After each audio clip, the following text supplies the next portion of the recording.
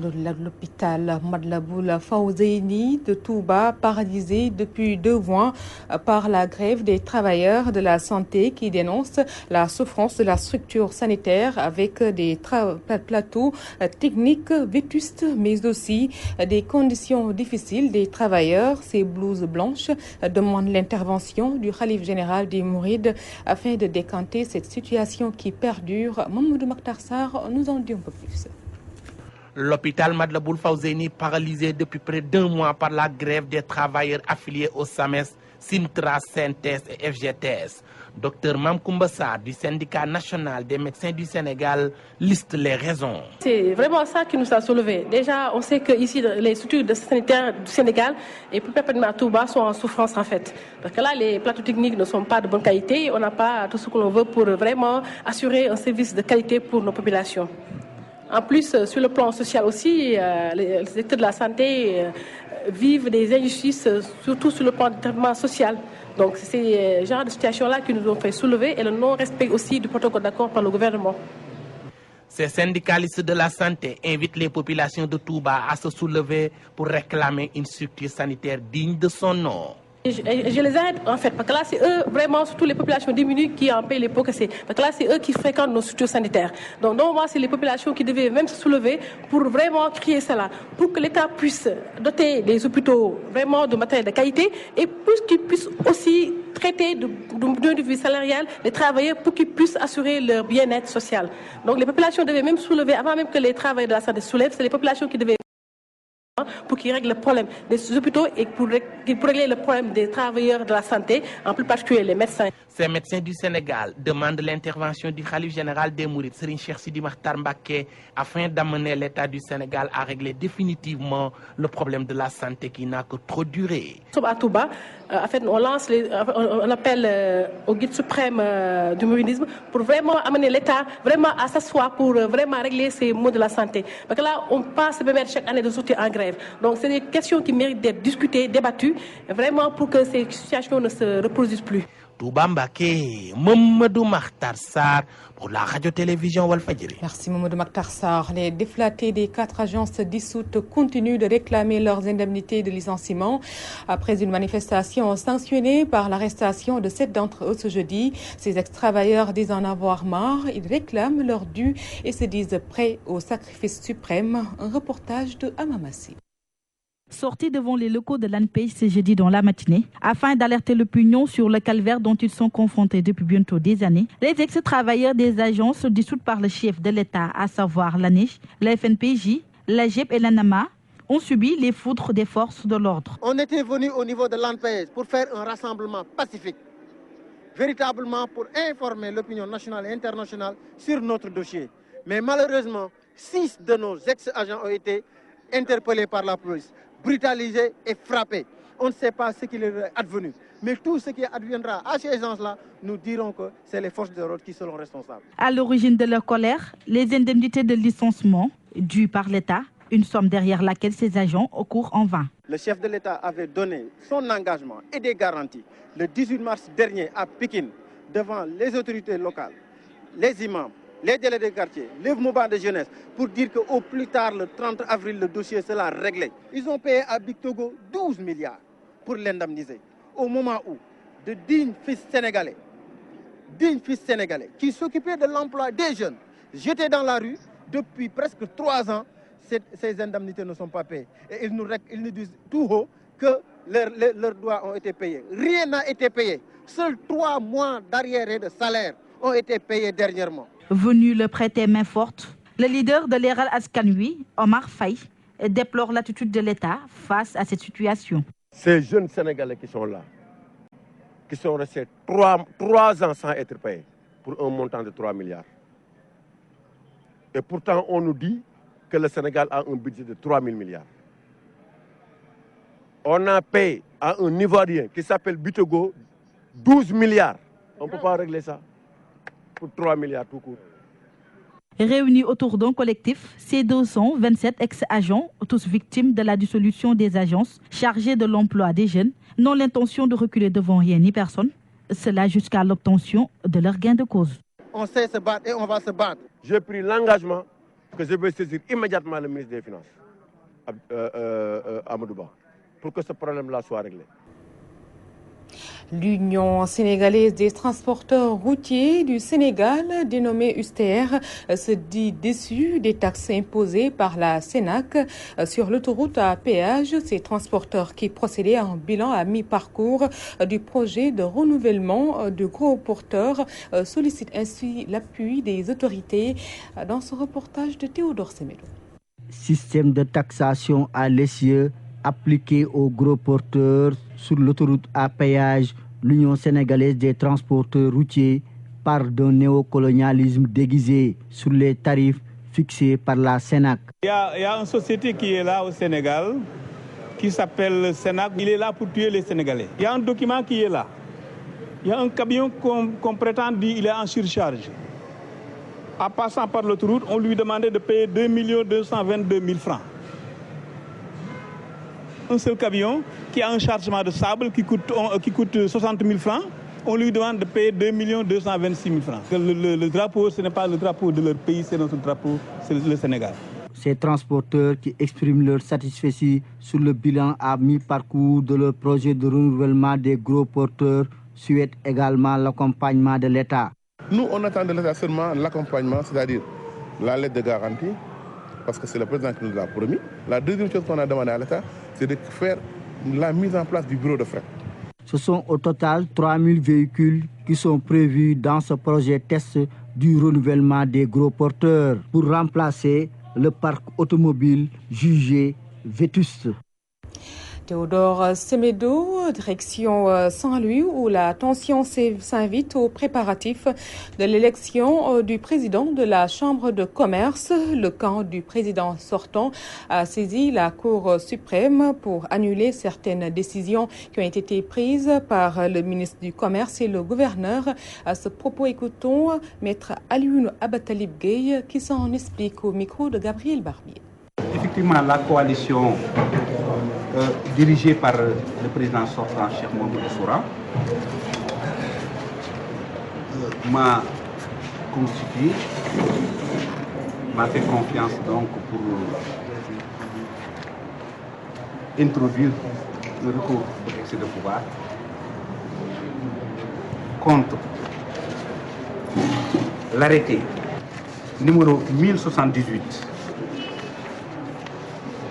du ministre du Commerce, du secteur informel, de la consommation, de la promotion des produits locaux et des PME, portant ouverture et révision des listes électorales des chambres de commerce, d'industrie et d'agriculture. Ce qu'on reproche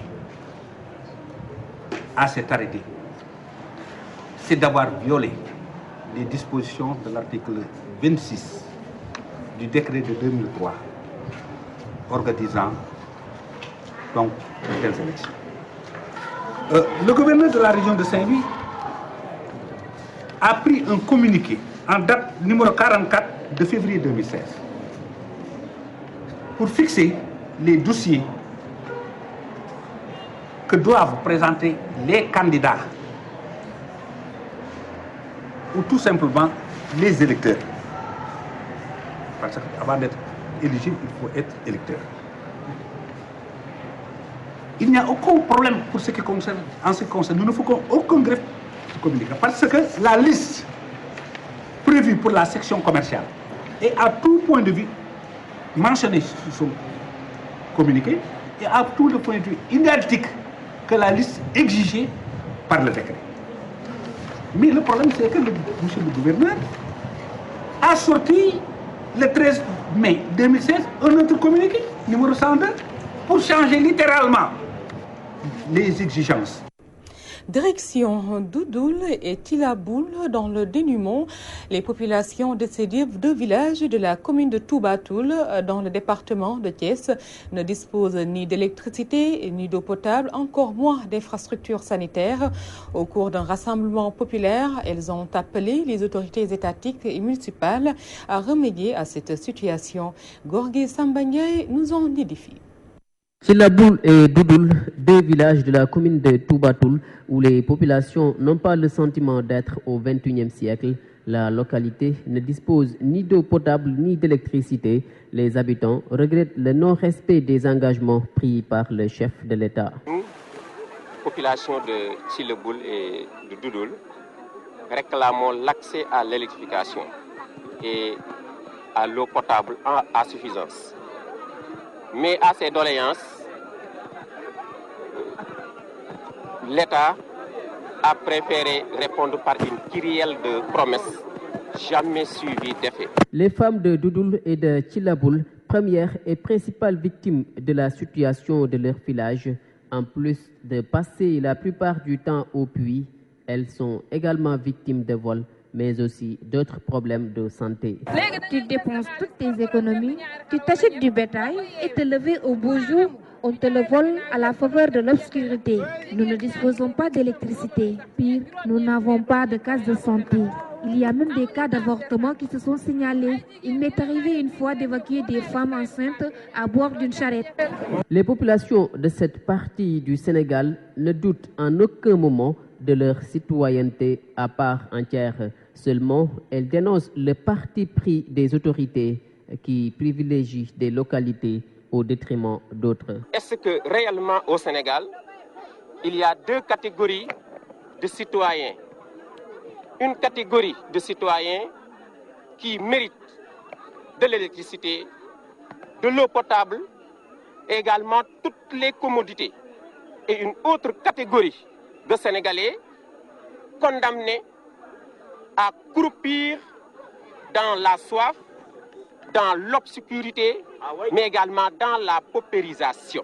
Ce rassemblement assure Doudoul et Tchileboul ne constitue qu'une étape dans la revendication de leurs droits. En effet, préviennent les populations, des manifestations de plus grandes envergures sont en vue pour sortir la zone de l'ornière.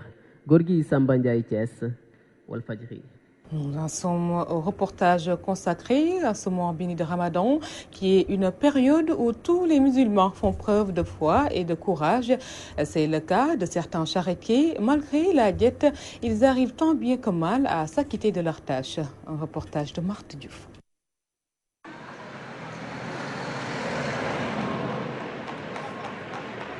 Suer sang et eau, le quotidien des charretiers ne change pas pendant le mois de Ramadan. Certains trouvent que le travail est très pénible. En ce mois béni, le transport des ciments, de briques et de faire la navette toute la journée sous cette chaleur. Le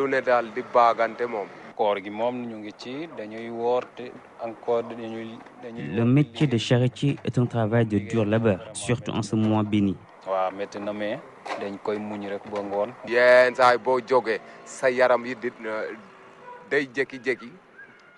Nous n'avons pas le choix, c'est une obligation de jeûner, mais nous passons de pénibles journées. Si on avait le choix, on n'allait pas choisir ce métier, car cela demande beaucoup d'efforts et un rythme fou.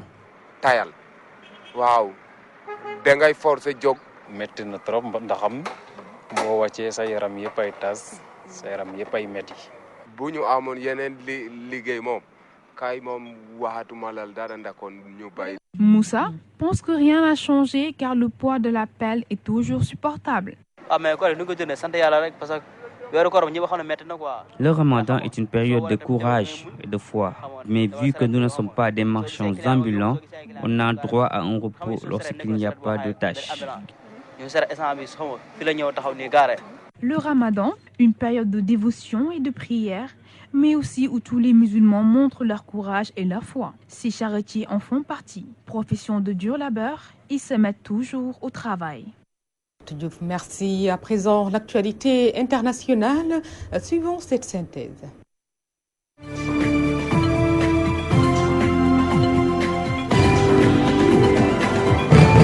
Le président de la Commission européenne, Jean-Claude Juncker, a rencontré Vladimir Poutine lors du Forum économique international de Saint-Pétersbourg. Une rencontre qui n'annonce pas d'adoucissement prochain des sanctions de l'Union européenne à l'égard de Moscou, comme on l'espérait côté russe. Décrété en 2014 après l'annexion par la Russie de la péninsule ukrainienne de Crimée et le début d'une rébellion pro-russe que Moscou est accusé de soutenir dans l'est de l'Ukraine. Ces sanctions ont suscité en représailles représailles un embargo russe sur les produits alimentaires européens. Jean-Claude Juncker a rappelé que l'application des accords visant à mettre fin au conflit dans l'est de l'Ukraine était un préalable à toute levée de sanctions. Leur prolongation pour 6 mois doit être entérinée la semaine prochaine.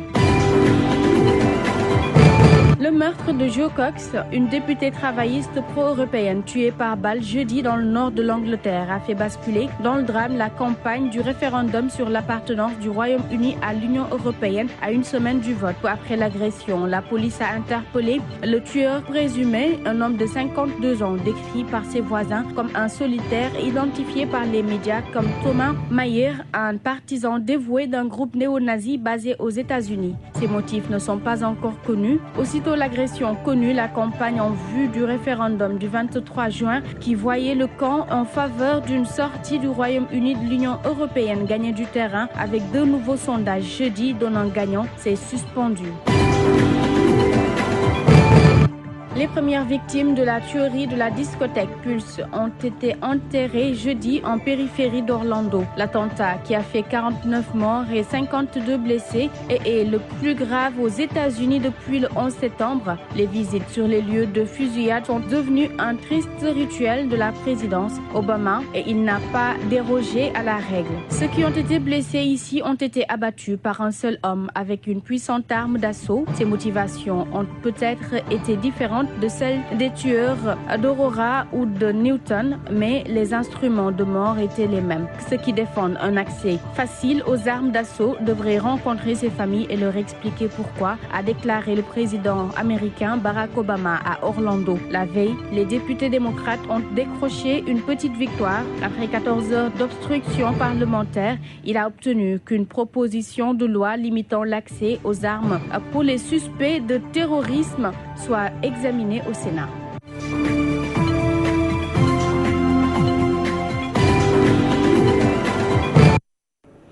Voilà, merci à Seynabou Ndiaye pour cette actualité internationale. Place maintenant donc à celle sportive que nous ouvrons avec le football Euro 2016. Ce vendredi, 3 matchs sont au programme. Dans le groupe E, l'Italie joue contre la Suède. Dans le groupe D, à 16h, République tchèque fera face à la Croatie. Et à 19h, l'Espagne, double championne d'Euro, joue contre la Turquie. Football Copa América, suite des quarts de finale cette nuit à 0h. Le Pérou joue contre la Colombie à 2h du matin. L'Argentine affronte le Venezuela et les États-Unis se sont qualifiés pour les demi-finales tôt ce matin en battant l'Équateur sur un score 2-1. Puis Football Ligue 2 sénégalaise, début de la 26e et dernière journée ce vendredi au stade Demba Diop à 15h30. Hugo fera face à l'équipe de Narguet. À 17h30, Dakar Sacré-Cœur rencontrera l'équipe d'Etix. Voilà, ce sont ces notes de sport qui vont mettre un terme à cette édition. Toutes nos excuses de ne pas pouvoir vous diffuser la revue de la presse.